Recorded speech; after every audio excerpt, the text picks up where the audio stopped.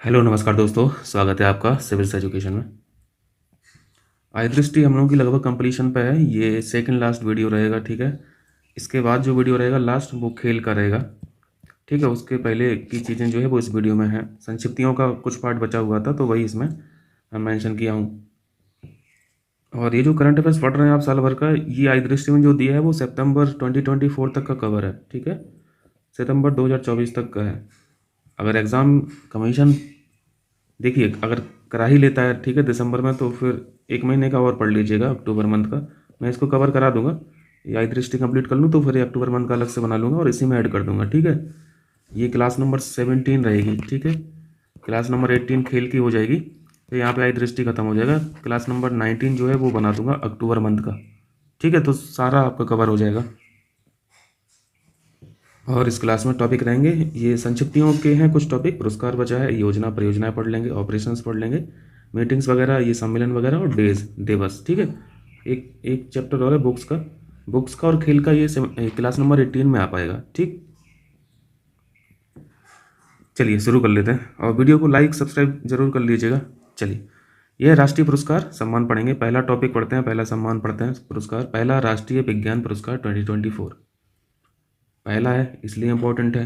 राष्ट्रीय स्तर का है, इम्पोर्टेंट है। अब यहाँ पे देखिए, ये 4 श्रेणियों में दिया जा रहा है राष्ट्रीय विज्ञान पुरस्कार। एक कैटेगरी है विज्ञान रत्न पुरस्कार, दूसरी कैटेगरी है विज्ञान श्री पुरस्कार, फिर है विज्ञान युवा शांति स्वरूप भटनागर पुरस्कार। ये कई बार पूछा है, वैसे सेपरेटली क्वेश्चन पूछा गया है कि शांति स्वरूप भटनागर जो पुरस्कार होता है वो किस फील्ड से संबंधित है। तो ऑप्शन में विज्ञान मिल जाता था, है ना। कई बार किए होंगे आप लोग प्रीवियस क्वेश्चन में। और चौथी कैटेगरी जो है ये विज्ञान टीम पुरस्कार की है। तो देखो, हमें सारी चीज़ें नहीं पढ़नी है जिसमें, देखो अब इसमें 13 लोगों को मिला है तो 13 लोगों का थोड़ी ना पूछेगा, मेरे हिसाब से नहीं पूछना चाहिए। यहाँ पे जो सिंगली जो मिला है ना, ये ज़्यादा इंपॉर्टेंट है, ठीक है। तो इसको थोड़ा सा ध्यान रखिएगा। मैं एक को ही मेंशन यहाँ पे किया हूँ। विज्ञान रत्न पुरस्कार जो है ये मिला है प्रोफेसर गोविंद राज पद्मनाभन को, ठीक है। प्रोफेसर गोविंद राज पद्मनाभन, ये IISc जो बेंगलोर का है ना, इंडियन इंस्टीट्यूट ऑफ साइंसेस, कई रैंकिंग में ये प्रथम भी रहता है, कहीं पे दूसरा रहता है। तो ये टॉप कॉलेज है R&D का, रिसर्च एंड डेवलपमेंट का, इंजीनियरिंग का। तो ये यहाँ के प्रोफेसर थे, मतलब हैं। खैर, कॉलेज नहीं पूछा जाता है, नाम आपको याद रखना है। प्रोफेसर गोविंद राज पद्मनाभन को मिला है विज्ञान रत्न पुरस्कार, हो जाएगा। चलिए, दूसरा अवार्ड है ग्लोबल फिनटेक अवार्ड, देख लेते हैं। छोटे छोटे से फैक्ट हैं, ये याद हो जाएंगे। फिल्म से संबंधित जो होते हैं, सॉन्ग से संबंधित जो होते हैं, ये याद हो जाते हैं। या फिर टेक्निकल अवार्ड कुछ होते हैं तो ये भी थोड़ा सा इजी पड़ते हैं हम लोग को। तो यहाँ पे फिनटेक है, यहाँ पे टेक्नोलॉजी से संबंधित है। Fintech startup of the year ये मिला है, ये इंस्टीट्यूट का नाम है, या फिर एक संस्था बोल लीजिए, या फिर एक स्टार्टअप बोल लीजिए, ठीक है। स्टार्टअप, इसका नाम है पेग लोकल, याद रखना, पेग लोकल। चलिए, दूसरा है fintech person of the year, ये किसे मिला है, ये समीर निगम जी को मिला है। ये CEO हैं फोनपे के, समीर निगम, ये पर्सन ऑफ द ईयर हो गए। और स्टार्टअप ऑफ द ईयर की बात करें तो ये स्टार्टअप का नाम आपको ध्यान रखना है, पेग लोकल। तीसरी कैटेगरी जो है इसमें fintech women of the year, ये भी इंपॉर्टेंट है, Shalini Warrier. Fintech women of the year Shalini Warrier, याद रख पाएंगे। चलिए, अब देख लेते हैं साहित्य अकादमी बाल साहित्य पुरस्कार। देखो, ये जो साहित्य अकादमी के होते हैं, ये कैटेगरी बाल साहित्य होती है। एक सिंपल नॉर्मल कैटेगरी जो होती है वो होती ही है। तो यहाँ पे 3-4 कैटेगरी हम लोग पढ़ते हैं इससे संबंधित, साहित्य अकादमी से संबंधित। तो ये वो सारे यहाँ फैक्ट यहाँ पे कवर किया हूँ, तो उनको देख लेंगे।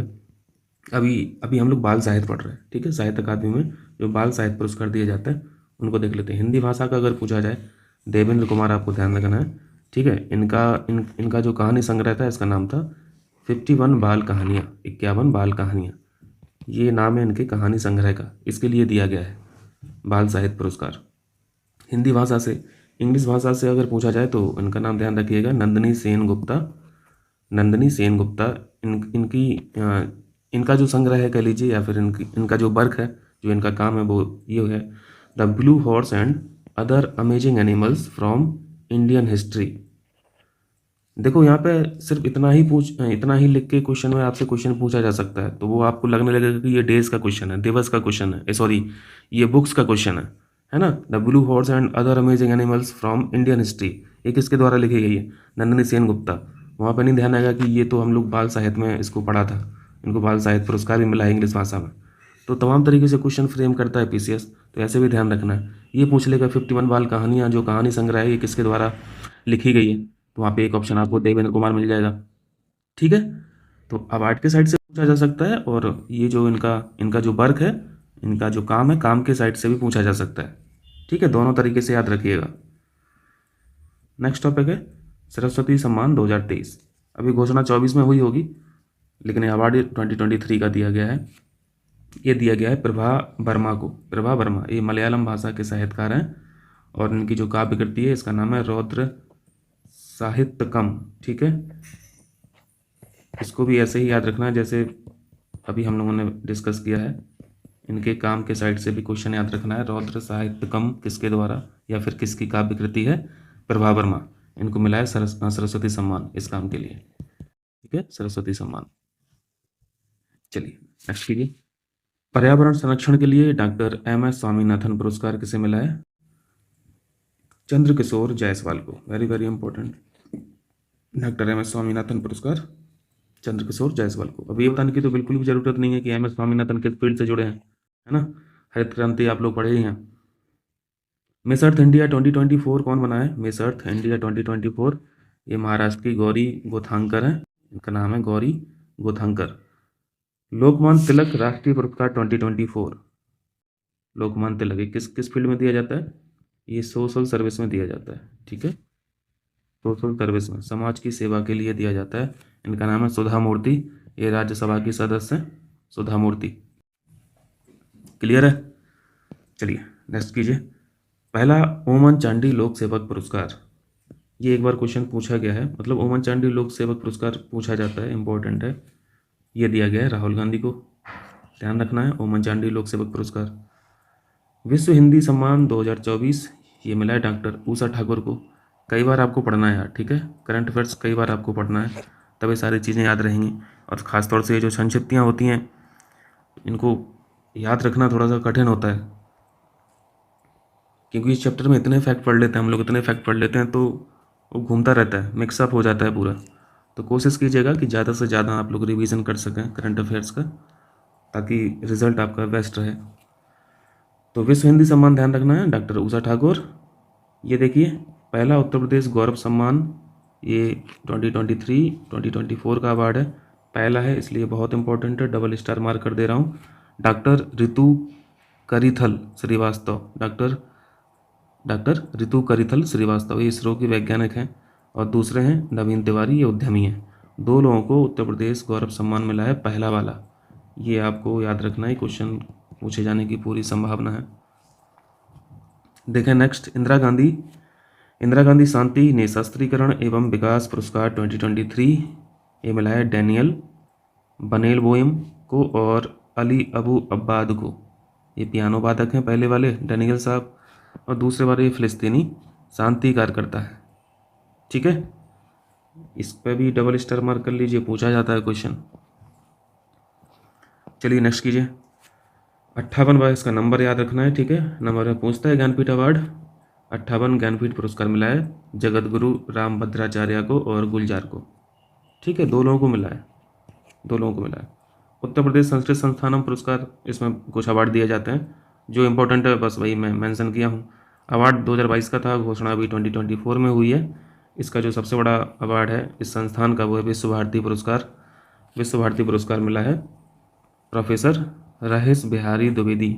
ठीक है, प्रोफेसर रहेश बिहारी द्विवेदी। हो जाएगा बाबा। चलिए अब पद्म पुरस्कार देख लेते हैं। पद्म पुरस्कार 2024 देखेंगे, इसमें बहुत सारे फैक्ट बन जाते हैं, और जो बिल्कुल बिल्कुल इंपॉर्टेंट है मैं उन्हीं को यहाँ पे मेंशन किया हूँ, और आपको दिक्कत होगी नहीं कुछ। पद्म पुरस्कार देखते हैं। पहला फैक्ट आपको ध्यान रखना है, कितने लोगों को पद्म पुरस्कार 2024 मिले हैं? आपको 132 याद रखना है, ठीक है, 132 इतने लोगों को दिए गए। एक मिनट, पेंसिल चेंज कर लें, 132। ठीक है, अब इन 132 में 5 लोगों को पद्म विभूषण मिला है, 17 लोगों को पद्म भूषण मिला है, और 110 लोगों को पद्म श्री मिला है। तो कोशिश क्या रहनी चाहिए आपकी याद रखने की? पद्म विभूषण चूँकि सबसे बड़ा अवार्ड है यहाँ पे, है ना पद्म पुरस्कारों में, तो इन 5 को याद रखना है। और पद्म भूषण और पद्म श्री में अगर कोई यूपी से बिलोंग कर रहा होगा तो हम लोग उनको याद रख लेंगे, ठीक है। बाकी वो आपसे वो 17 और 110 पूरा पूरा नहीं पूछने वाला है। टोटल याद रखना है 132, 5 याद रखने हैं जिनको पद्म विभूषण मिला है, और 17 और 110 में अगर कोई यूपी से होगा तो उनको याद रखना है, बस इसके अलावा कुछ नहीं पढ़ना है। और कुछ इंपॉर्टेंट होगा तो मैं मेंशन किया हूँ। ये जो पुरस्कार अवार्डी हैं इनमें यानी 132 लोगों में 30 महिलाएं हैं, ठीक है, 30 महिलाएं हैं। ये भी इम्पोर्टेंट फैक्ट है आपके लिए। और इसमें क्या फैक्ट है, अगर पूछा जाए पद्म पुरस्कार जो मिला है 132 में कितने लोगों को पोस्टुमसली मिला है, मरने के बाद मिला है, तो ये आपको 9 डेटा याद रखना है। और विदेशी कितने हैं, ये 8 लोग हैं। तो यहाँ पे 3 फैक्ट आपने पढ़ा, 4 फैक्ट पढ़ लिए, 132 पढ़ लिया, 30 पढ़ लिया, 9 पढ़ लिया और 8 पढ़ लिया। 132 टोटल हैं, 30 जो मिले हैं ये महिलाएं हैं, 9 जो हैं ये पोस्टुमसली इनको दिया गया है, और 8 जो हैं ये NRI या फिर विदेशी लोग हैं, ठीक है। और एक फैक्टर ध्यान रखना है, सिर्फ इतना ही पूछा जा सकता है कि पद्म पुरस्कार 2024 में पद्म विभूषण कितने लोगों को मिला है, तो ये आपको 5 ये भी याद रख लीजिएगा, हो जाएगा ना। चलिए अब ये जो 5 पद्म विभूषण हैं इनको देख लेते हैं एक नज़र में। इनका नाम है, पहला नाम है बैजंतीमाला बाली, एक सेकेंड, बैजंतीमाला बाली, ये तमिलनाडु की हैं। दूसरी हैं यहाँ पे कोनिडेला चिरंजीवी, ये दूसरे हैं, आंध्र प्रदेश के हैं। और ये नहीं पूछा जाएगा, ठीक है, ये तमिलनाडु की हैं या फिर आंध्र प्रदेश की हैं। अगर यूपी से कोई होगा तो ज़रूर पूछा जाएगा, आपको नाम याद रखना है। यहाँ पे पद्म विभूषण जो अवार्डी हैं वो कौन कौन है, Vyjayanthimala Bali, Konidela Chiranjeevi, former former vice president M Venkaiah Naidu, और ये बिंदेश्वर पाठक, इनको तो जानते होंगे, ठीक है। इनको मरणोपरांत मिला है, मतलब जो 9 लोगों को मिला था मरणोपरांत उनमें से एक व्यक्ति ये भी हैं, बिंदेश्वर पाठक। और पाँचवीं जो है अवार्डी वो है पद्मा सुब्रमण्यम। तो ये 5 आपको याद रखना है, ठीक है, ये 5 लोग याद रखना है। चलिए अब देखो बाकी लोग जो हमें देखना है, 5 पद्म विभूषण देख लिया, पद्म श्री में हमें सिर्फ यूपी से देखना है, और ये जो पद्म भूषण है इनमें भी हम लोग को यूपी से देखना है बस। तो एक फैक्ट यहाँ से निकल के आ रहा, पद्म भूषण जो है, ठीक है, पद्म भूषण, और इसके बाद फिर सबसे छोटा जो अवार्ड है वो है पद्म श्री। तो पद्म भूषण से यूपी से कोई नहीं है, ठीक है, यूपी से कोई बिलोंग नहीं करता है, कोई नहीं है, मतलब इस बार जिसको अवार्ड मिला है पद्म श्री से मिले हैं। पद्म श्री में चूँकि काफ़ी लोग हैं तो यहाँ पे उत्तर प्रदेश से भी हैं, उत्तर प्रदेश में 12 लोग, उत्तर प्रदेश से 12 लोगों को पद्म श्री मिला है। तो ये एक फैक्ट आपको ये ध्यान रखना है कि पद्म श्री 2024 में कितने लोगों को पद्म अवार्ड मिले हैं, ठीक है। पद्म अवार्ड ऐसे करके पूछेगा तो उसमें तीनों कैटेगरी काउंट हो जाएंगी, क्योंकि पद्म विभूषण से कोई है नहीं यूपी का, पद्म भूषण से भी कोई नहीं है यूपी का, लेकिन पद्म श्री से 12 लोग हैं। तो ये 12 डेटा आपको ध्यान रखना है, कर लेंगे ना। मैं एक बार नाम डिक्टेट कर दे रहा हूँ, ये एक नाम मैं अलग से लिखा हूँ तो कन्फ्यूज मत होना, अलग से इसलिए लिख दिया हूँ क्योंकि ये ताइवान से हैं, चूँकि अभी पढ़े हैं ना अपने 8 लोग ऐसे हैं जो विदेशी हैं फिर NRI हैं। श्री यंग लियू, इनको पद्म भूषण दिया गया है। अब ये जो 12 यूपी से हैं इनको जल्दी से हम लोग एक बार एक नज़र से देख लेते हैं। खलील अहमद हैं, ठीक है, यूपी से हैं, ये सब पद्म श्री हैं। नसीम बानो हैं, रामचेत चौधरी हैं, राधा कृष्णन धीमन हैं, राजा राम जैन हैं, गौरव खन्ना हैं, सुरेंद्र मोहन मिश्रा हैं, राधे श्याम पारिक हैं, नवजीवन रस्तोगी हैं, गोदावरी सिंह हैं, उर्मिला श्रीवास्तव और बाबूराम यादव। अब देखो इनके नाम नहीं पूछेगा, है ना, तो कोशिश रहेगी वो नंबर में पूछे अगर यूपी से अगर क्वेश्चन बनाएगा तो। वैसे फैक्ट इसमें और भी इंपॉर्टेंट है पूछे जाने के लिए, खैर जो भी पूछेगा देख लेंगे, हमारे पास जो बेस्ट हो सकता है हम उस हिसाब से पढ़ रहे हैं। 8 व्यक्ति आपने देख लिए थे, 8 व्यक्ति विदेशी NRI हैं, ठीक है, ये आपने देख लिया। तो मैं इनको भी अलग से लिख दिया हूँ कि ये जो 8 व्यक्ति हैं कौन, क्योंकि विदेशी हैं, अगर कोई बहुत ज़्यादा फेमस पर्सनालिटी होगा तो उसको देख लेंगे। यंग लियू आपने देख ही लिया था पहले ही, बाकी जो 7 लोग हैं उनको देख लेते हैं। तो टोटल 8 लोग जो हैं तो हमारे NRI हो जाएंगे, विदेशी हो जाएंगे।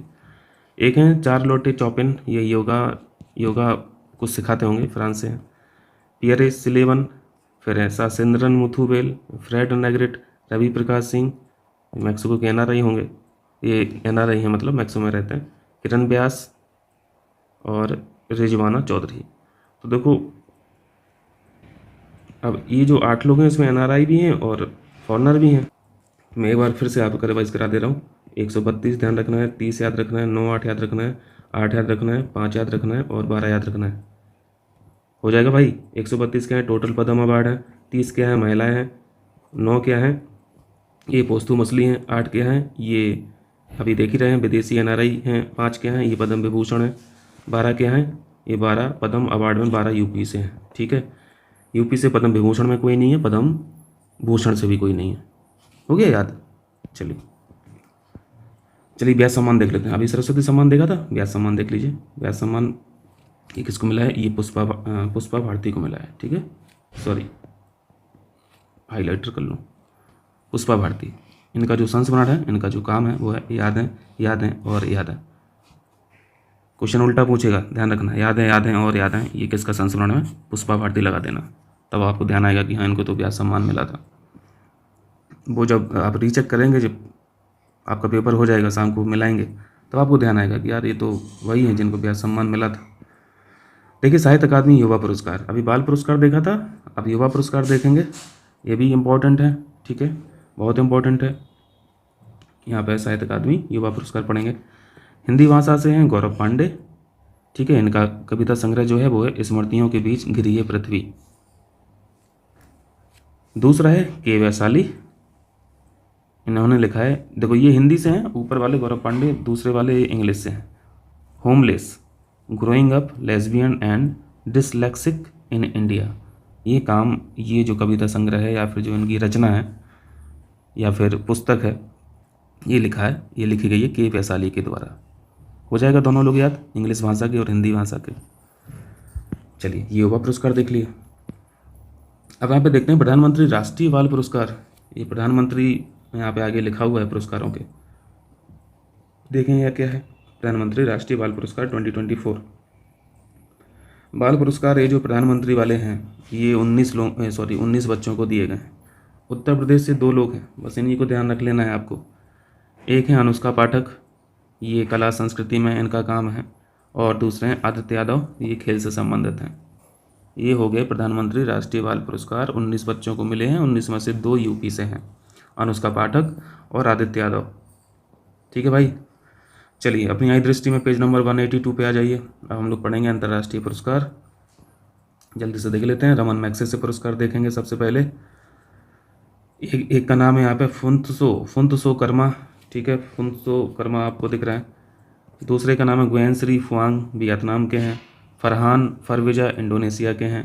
रूरल डॉक्टर्स मूवमेंट, ये इंस्टीट्यूशन है या फिर कुछ स्टार्टअप होगा या फिर सोशल वर्क का कोई संस्था होगा, ये थाईलैंड की है ये संस्था।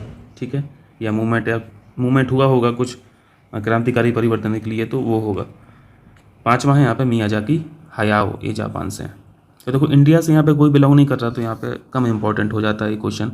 इंडिया से अगर किसी को मिला होता तो फोकस जा सकता था कमीशन का। फिर भी अगर टफ क्वेश्चन बनाने की कोशिश करेगा PCS तो ज़रूर दे देगा। 4 ऑप्शन डालेगा, 3 इसी अवार्ड के रहेंगे, चौथा दूसरा रहेगा, और पूछ लेगा इसमें से कौन सा नहीं है जिसको नहीं मिला है पुरस्कार, तो रिजेक्ट करना पड़ेगा हम लोगों को। ठीक है, चलिए देख लेते हैं अब international Booker prize 2024। Booker prize अलग है और इंटरनेशनल बुकर प्राइज़ अलग है, ये मिला है। ये इंपॉर्टेंट होते हैं, क्वेश्चन पूछे जाते हैं। बुकर प्राइज़ जानते ही हैं, लिटरेचर में दिए जाते हैं, साहित्य में दिए जाते हैं। लेखिका जो होती हैं उन्हीं को मिलता है, या फिर लेखक होता है। इनका नाम है जेनी एरपनबेक, जर्मन लेखिका है। इनका उपन्यास है कायरोस।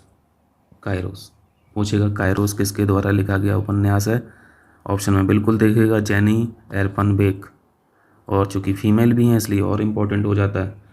बुकर प्राइज़ 2023 का भी अनाउंसमेंट हुआ है, 24 का नहीं हुआ है, तो जो लेटेस्ट है वो देख लीजिए। अक्टूबर में कुछ मिलेगा लेटेस्ट तो बताएंगे, अभी फ़िलहाल इसी को देखिए। कई बार इनका नाम आपको देखेगा। पॉल लिंच जो हैं आयरलैंड के हैं, और इनका उपन्यास है प्रॉफिट सॉन्ग। चलिए नेक्स्ट कीजिए, champions of the earth award 2023। Important होता है ये भी, क्योंकि इसको देता कौन है? इसको देता है UNEP, United Nation environmental programme. Headquarter कहाँ पर है? हेडक्वार्टर नैरोबी में है। नैरोबी कैपिटल कहाँ की है? कीनिया की है।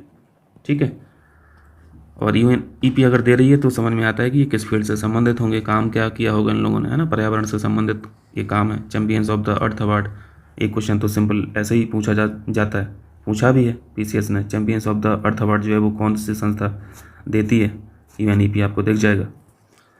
5 लोगों को दिए गए हैं, 5 में देखो नाम आपके सामने दिख रहे हैं। जोसेफिना बेलमोंटे एक का नाम है, Ellen MacArthur foundation UK की है, ब्लू सर्किल चाइना की है, जोस मैनुअल मोलर चिली के हैं, council for scientific and industrial research south Africa की है। इन 5 संस्थाओं को चैंपियंस ऑफ द अवार्ड दिया गया है और इसमें भी भारत का स्थान नहीं है। ठीक है, वीडियो को पॉज कीजिएगा, अच्छे से नाम रिकॉल करना तो थोड़ा दिमाग में बैठेगा, बार बार पढ़ेंगे तो याद हो जाएगा। चलिए यहाँ देखिए, विश्व खाद्य पुरस्कार बहुत इंपॉर्टेंट होता है। ये खाद्य पुरस्कार मिला है, फूड प्राइज जो होता है world food prize, Geoffrey Hawtin और कैरी फाउलर, मार्क कीजिएगा, डबल स्टार मार्क कीजिएगा। विश्व खाद्य पुरस्कार। गोल्डन सैंड मास्टर अवार्ड, ये आसान है। सैंड मास्टर हम लोग एक उड़ीसा के पढ़ते हैं, सुदर्शन पटनायक, बहुत रेत पे ये कलाकारी करते हैं, रेत कलाकार हैं सुदर्शन पटनायक, इनको मिला है गोल्डन सैंड मास्टर अवार्ड, ये भी हो जाएगा। और गोल्डमैन पर्यावरण पुरस्कार, ये भी पूछा गया है क्वेश्चन कई बार, मतलब ये जिस समय पे पूछा गया होगा उस समय पे जो अवार्ड रहा होगा उसके बारे में पूछा गया है। गोल्डमैन पर्यावरण पुरस्कार मिला है आलोक शुक्ला को। ठीक है, आलोक शुक्ला ऑब्वियसली पर्यावरणविद ही रहेंगे।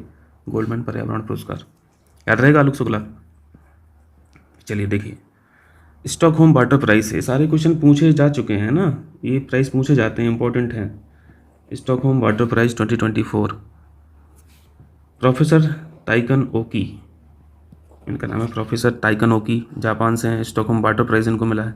अव्वल पुरस्कार ये किस में दिया जाता है, ये मैथमेटिशियन को दिया जाता है, फ्रांसीसी गणितज्ञ हैं एक, मिशेल टेलाग्रैंडे। ठीक है, मिशेल टेलाग्रैंडे, ये तो फीमेल लग रही हैं। तो यहाँ पे एबल पुरस्कार हो गया। एबल पुरस्कार से ज़्यादा इंपॉर्टेंट वाटर प्राइज है, पर्यावरण पुरस्कार गोल्डमैन वाला है, और एक खाद्य प्राइज है। ठीक है, चलिए आते हैं फिल्म पुरस्कार देखते हैं। राष्ट्रीय फिल्म पुरस्कार इंपॉर्टेंट होते हैं, नेशनल फिल्म अवार्ड जो होते हैं, घोषणा अभी अगस्त 2024 में हुई है, 22 के अवार्ड हैं। दो चार फैक्ट हैं, जल्दी से पढ़ लेते हैं। सर्वश्रेष्ठ फीचर फिल्म का अवार्ड दिया गया है आट्टम को, मलयालम की ये फिल्म है। सर्वश्रेष्ठ हिंदी फिल्म की बात करें तो गुलमोहर है। राष्ट्रीय फिल्म पुरस्कार पढ़ रहे हैं, ठीक है, कन्फ्यूज नहीं होना है, अभी तमाम फिल्म पुरस्कार पढ़ेंगे तो उसमें अलग अलग नाम देखेंगे, तब दिमाग की माथापच्ची होगी। सर्वश्रेष्ठ अभिनेता ऋषभ शेट्टी को दिया गया है। कांतारा मूवी देखे ना, कांतारा जिसने नहीं देखी होगी वो देख लेना परीक्षा के बाद, ठीक है, अच्छी मूवी है। ये हो गया, फीचर फिल्म हो गया, हिंदी फिल्म भी हो गया, अभिनेता भी हो गया। ऑस्कर अवार्ड देख लेते हैं फटाक से। यहाँ पर सर्वश्रेष्ठ फिल्म किसको अवार्ड दिया गया है, ये ओपनहीमर को मिला है, ठीक है, ओपनहीमर। सर्वश्रेष्ठ अभिनेता जो हैं किलियन मर्फी हैं, ये इसी मूवी के एक्टर हैं किलियन मर्फी। और सर्वश्रेष्ठ अभिनेत्री ये मिला है, पुअर थिंग्स मूवी है, इनकी एक्ट्रेस हैं एम्मा स्टोन। तो सर्वश्रेष्ठ अभिनेत्री हो गया, बेस्ट एक्टर भी हो गया, और बेस्ट फिल्म भी हो गई, हो जाएगा आसान है। चलिए ग्रैमी अवार्ड देखते हैं। Record of the year, Grammy award वैसे चांस कम रहते हैं, फिर भी एक बार बड़ा अवार्ड होता है तो देखना तो ज़रूरी है ही। Record of the year Flowers. Album of the year Midnights, ये तो याद हो जाएगा क्योंकि टेलर स्विफ्ट के द्वारा गाया गया, इन्हीं की रचना है, इन्हीं ने गाया है। और song of the year what was I made for. ठीक है, एल्बम पूछे तो मिडनाइट लगा देना है, गाना पूछे तो what was I made for लगा देना है, और रिकॉर्ड ऑफ द ईयर पूछे तो फ्लावर्स लगा देना है। ठीक, चलिए बताइए, Dada Saheb Phalke international film festival award, Dada Saheb Phalke international film festival award Shahrukh Khan को मिला है। ठीक, चलिए अब आ जाइए पेज नंबर 186 साई दृष्टि का। अब यहाँ पे योजनाएं परियोजनाएं देख लेते हैं फटाक से। ये पहला जो आपको दिख रहा है रोड टू स्कूल कार्यक्रम, ये इंपॉर्टेंट है। जैसे हम लोग स्कूल चलो अभियान पढ़ते थे ना, ये उसी की तर्ज पर बनाया गया है इस कार्यक्रम को, रोड टू स्कूल। ठीक है, रोड टू स्कूल इंपॉर्टेंट इस वजह से क्योंकि ये यूपी से बिलोंग कर रहा है ना, ये प्रोग्राम गोरखपुर ज़िले से इस कार्यक्रम का शुभारंभ किया गया, ये आपको ध्यान रखना है। राज्य के साइड से भी पूछा जा सकता है कि रोड टू स्कूल कार्यक्रम जो है वो किस राज्य के द्वारा लॉन्च किया गया है, लगा देना उत्तर प्रदेश। पीएम आवास योजना शहरी 2.0 2024 से 5 और 28 से 29 यानी 5 साल की अवधि है। इसमें शहरी गरीब यानी जो शहर के गरीब लोग हैं और मध्यवर्गीय परिवार के लिए हैं उनको 1 करोड़ आवास बनाए जाएंगे। 2.0 का अगर लक्ष्य पूछे तो आपको 1 करोड़ याद रखना है, ठीक है, 1 करोड़ आपको ध्यान रखना है। सिंकुनला सुरंग के बारे में देखिए, टनल ये जो है बस इतना ही ध्यान रखना है कहाँ पे है, ये लद्दाख में है, इसका निर्माण अभी शुरू किया गया है, सिंकुनला टनल। जनता भवन सौर परियोजना, ये क्या है, सौर परियोजना है, समझ में आता है, किस राज्य की है, असम स्टेट की है, जनता भवन सौर परियोजना। इसका पहला ऐसा सिविल सचिवालय असम में है जो पूर्णतः सौर ऊर्जा से संचालित है, ये भी ध्यान रखना इसी स्कीम के तहत। तो ये फैक्ट आपसे यहाँ पर पूछा जा सकता है, इंपॉर्टेंट है। देश का पहला ऐसा सिविल सचिवालय कौन सा है, सेक्रेटेरिएट कौन सा है जो पूर्णतः सौर ऊर्जा से संचालित है, ठीक है, लगा दीजिएगा असम का सचिवालय। एक छोटा सा क्वेश्चन है, Lara super thermal power project कहाँ पे स्थित है, रायगढ़। मैचिंग में पूछेगा क्वेश्चन है ना, तो लगा दीजिएगा, ये जो लारा सुपर थर्मल पावर है ये रायगढ़ छत्तीसगढ़ में। क्लियर है। चलिए देखिए यहाँ पे ऑपरेशन देखिए फटक से, इसको वैसे हम लोगों ने ऑपरेशन में किया भी था, है ना, ये जो एक्सरसाइज वगैरह पड़ी थी वहाँ पे भी किया था, यहाँ पे जो कुछ छोटी हुई थी वो भी यहाँ पे ऐड हो गई, और ये अलग से टॉपिक दिया भी रहता है दृष्टि में, तो देख लेते हैं इनको। विषाणु युद्ध अभ्यास, नाम बड़ा खतरनाक है, विषाणु युद्ध अभ्यास 2024। ये इंडियन मतलब ये इंडिया का ही एक्सरसाइज था और इसमें अदर कंट्री नहीं थी। तो इसमें क्या पूछा जाएगा, यही पूछा जाएगा कि इसका आयोजन कहाँ पे हुआ, राजस्थान लगा देना, राजस्थान के अजमेर में। सिटी वाइज पूछे तो लगा देना। चलिए खान क्वेस्ट इंपॉर्टेंट होता है, ये भी खान क्वेस्ट 2024, ये शांति स्थापना बहुराष्ट्रीय सेनाभ्यास है, ठीक है, और इसका आयोजन किया गया है उलान बटोर, कैपिटल है मंगोलिया की, मंगोलिया में इसका आयोजन किया गया। खान क्वेस्ट ध्यान रखिएगा, इंपॉर्टेंट है। Rim of the Pacific exercise, RIMPAC बोलते हैं इसे, रिमपैक 2024, ये विश्व का सबसे बड़ा अंतर्राष्ट्रीय समुद्री अभ्यास है, हम लोग जानते हैं। और ये हवाई का जो हवाई आइलैंड देख रहे हैं ना, हवाई आइलैंड, यहाँ पे पर्ल हार्बर भी है, पर्ल हार्बर से कौन परिचित नहीं है, सभी लोग जानते हैं, यहाँ पे आयोजित किया गया, ठीक है, रिमपैक ध्यान रखना। मिलन अभ्यास पढ़ते आए हैं हम लोग, फिर से रिवाइज कर लेते हैं। बहुपक्षीय नौसेना अभ्यास होता है और इसका आयोजन किया गया विशाखापट्टनम में, ठीक है। बहुपक्षीय नौसेना है तो वो कंट्रीज़ नहीं पूछेगा, क्योंकि बहुत सारी कंट्रीज़ यहाँ पे पार्टिसिपेट करती हैं, तो यहाँ पे जगह इंपॉर्टेंट हो जाती है। जहाँ पे 2 कंट्री होती हैं, यहाँ पर 3 कंट्री होती हैं पार्टिसिपेशन में, तो वहाँ पे कंट्रीज़ पूछने का चांस बना रहता है। वज्र प्रहार ये यूएसए के साथ होती है भारत की, और ये उमटोई मेघालय में आयोजन इसका हुआ है। ये उमटोई ध्यान रखना है, ठीक है, क्योंकि यहाँ पे 2-3 एक्सरसाइज हुई हैं। उमटोई, सॉरी उमरोई है, उमरोई मेघालय। वज्र प्रहार अमेरिका के साथ होती है, हम लोग जानते हैं। संप्रति किसके साथ होती है, ये बांग्लादेश के साथ होती है, भारत बांग्लादेश। ये भी उमरोई मेघालय में इसका आयोजन किया गया। देखिए सम्मेलन, देखिए सम्मेलन समारोह, ब्रिक्स साहित्य मंच 2024 कहाँ पे हुआ है भैया, ये कजान में हुआ है, शहर है रूस का।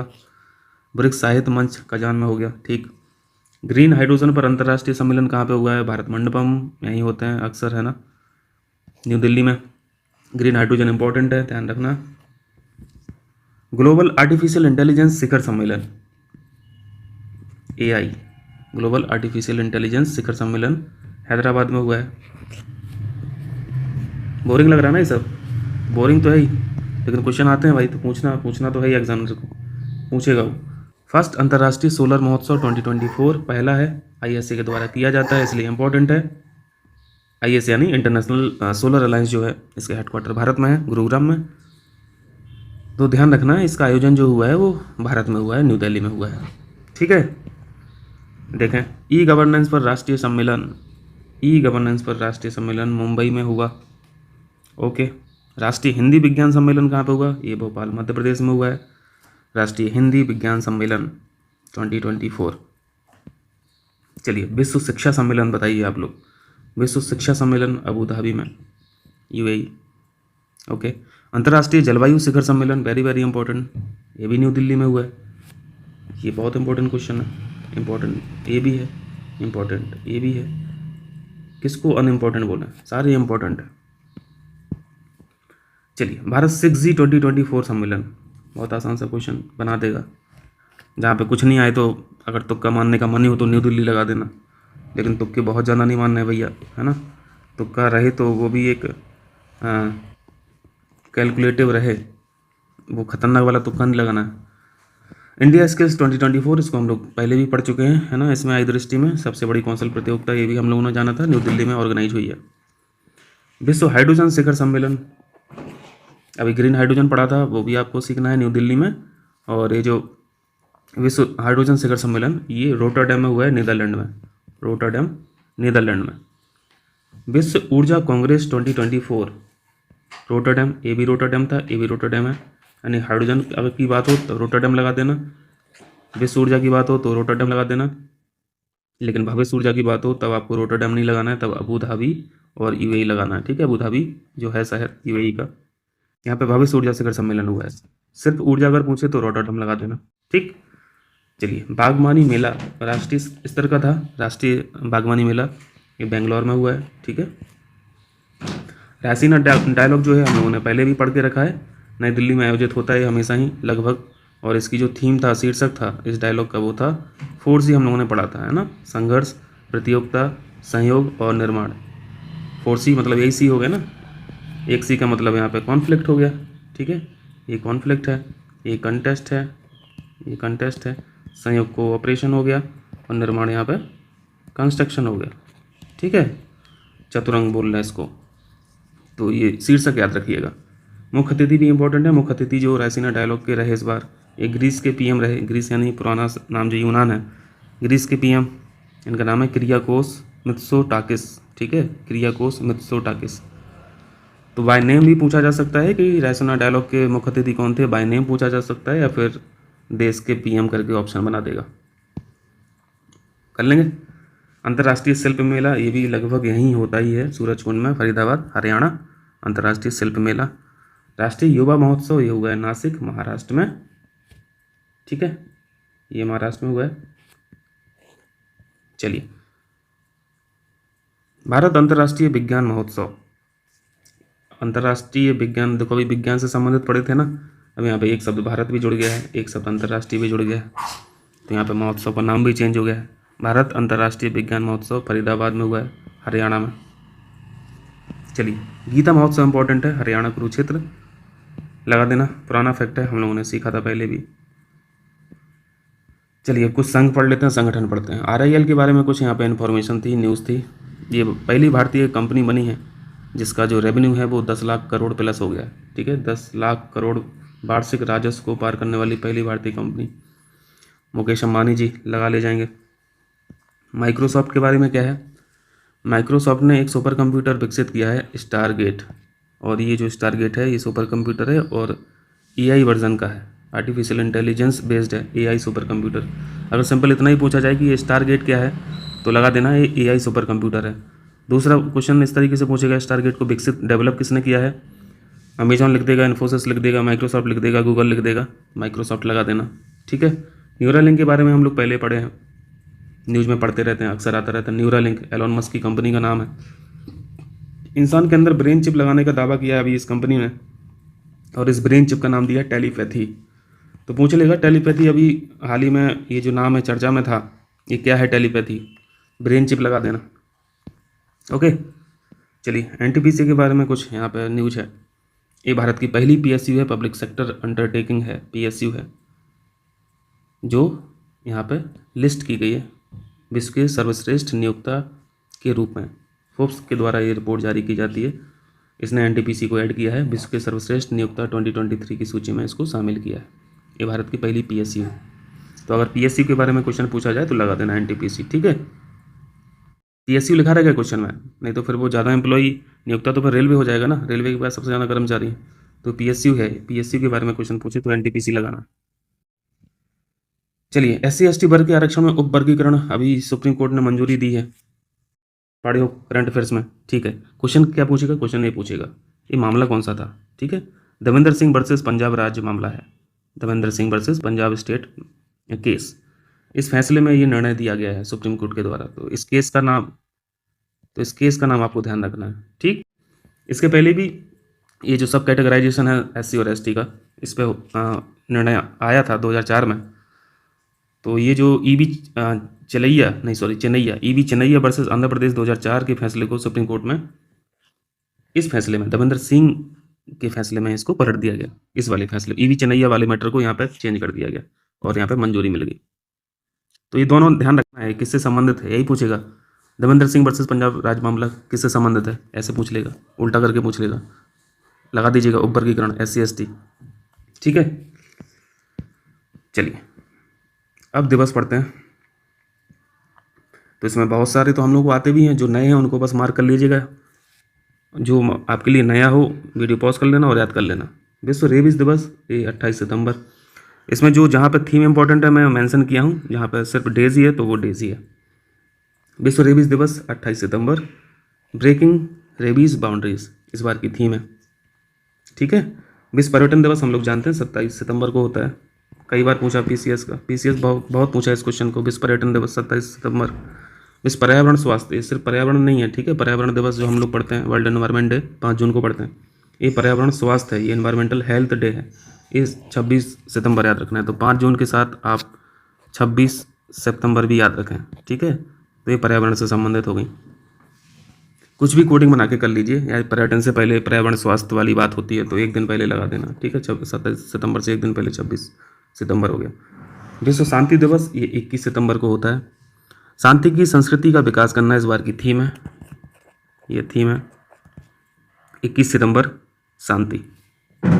मैं तो जब पढ़ता था तो बड़ी बेतुकी सी ट्रिक लगाता था, है ना। शांति में ये 2 आ रहा है ना, ऐसे आ रहा है ना, ये डंडी आ रही हैं, तो ऐसा कुछ सोच लेता था कि हाँ इसका जो डेज है इसमें एक डंडी रहेगी, तो 21 ये एक डंडी आ रही है, तो कुछ ना कुछ हिंट मिल जाती थी, क्वेश्चन सही हो जाता था। अगर ऑप्शन में 22 दे दिया, 23 दे दिया, है ना, 24 दे दिया, 21 दे दिया, तो बन जाती थी हमारी बात इस तरीके से। विश्व ओजोन दिवस वेरी वेरी इंपॉर्टेंट, PCS का पैट क्वेश्चन ये सब रहे हैं। 16 सितंबर को होता है। इस बार की थीम जो है Montreal protocol advancing climate action.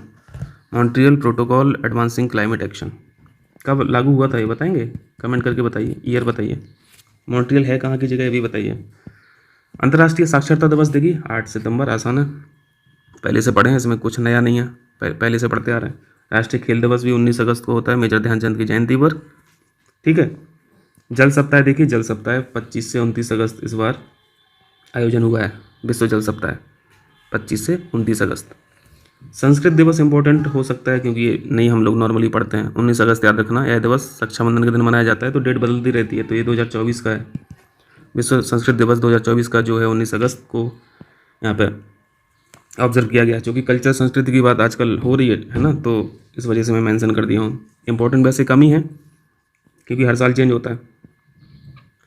ये शायद छूट गया, इसको हटा दीजिए। विश्व हेपेटाइटिस दिवस वेरी वेरी इंपॉर्टेंट। हेपेटाइटिस कैसा डिसीज है, कैसी डिसीज है, वायरल डिसीज है। हम लोगों ने इसके कितने टाइप पढ़े थे हेपेटाइटिस के, ABCDE, है ना, 5 टाइप पढ़े थे, जिसमें से सबसे खतरनाक C टाइप का होता है, और सबसे ज़्यादा रोगी जो हैं वो B टाइप के हैं। भारत में कितने हैं याद आ रहा है कुछ? ये जो हम लोगों ने हेपेटाइटिस रिपोर्ट पढ़ी थी उसमें सारे डेटा हम लोगों ने रिकॉल किए थे। अगर भूल गए तो भैया याद करते रहिए, रिवाइज करते रहिए।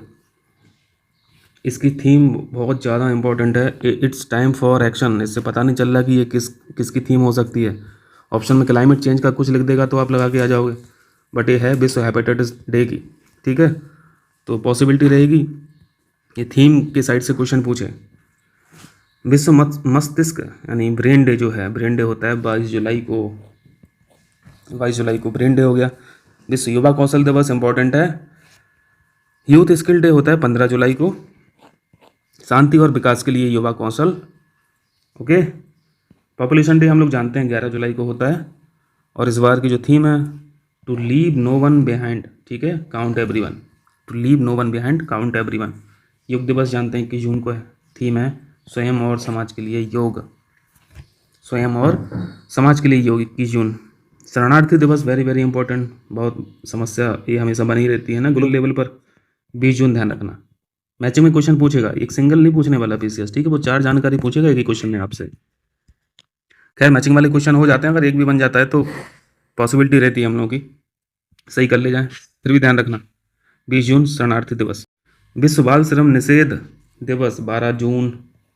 12 जून कैसे याद रखोगे भाई, पढ़ो, बार बार पढ़ो तब होगा याद, कोडिंग वोडिंग कुछ बनाओ।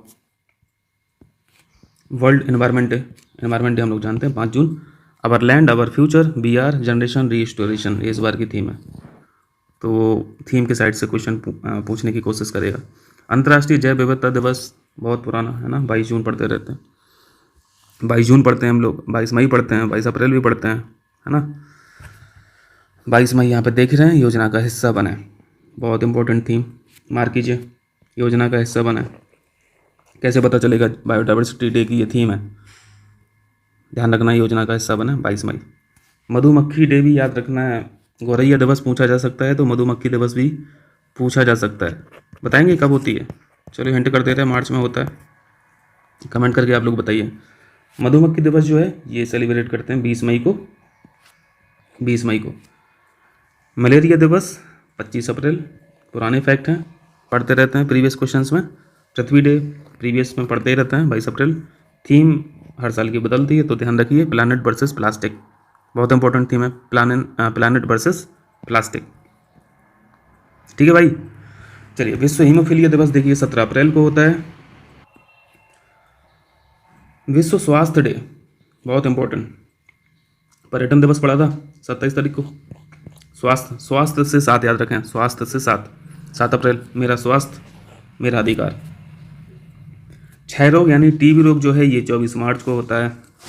ठीक है, टीबी रोग, yes we can end TB, theme पूछता है, कई बार पूछा है टीबी की थीम, यूपीपीसीएस 24 मार्च। जल दिवस 22 मार्च हम लोग जानते हैं, इसमें कुछ भी नया नहीं है। विश्व उपभोक्ता अधिकार दिवस भी हम लोग जानते हैं 15 मार्च को। महिला दिवस भी हम लोग जानते हैं 8 मार्च को। थीम याद रखिए, invest in women accelerate progress, invest in women accelerate progress. आर्द्रभूमि दिवस कुछ भी नया नहीं है, हम लोग सीखे हैं 2 फरवरी, wetlands and human wellbeing. Theme याद रखना भाई, है ना, ये थीम हर साल की चेंज हो रही है तो दिन नहीं पूछ के वो थीम पूछ लेगा, wetlands and human wellbeing. Cancer दिवस 4 फरवरी को होता है। ठीक है, क्लोज द केयर गैप, ये क्वेश्चन पूछा जा चुका है, ये क्वेश्चन पूछा जा चुका है।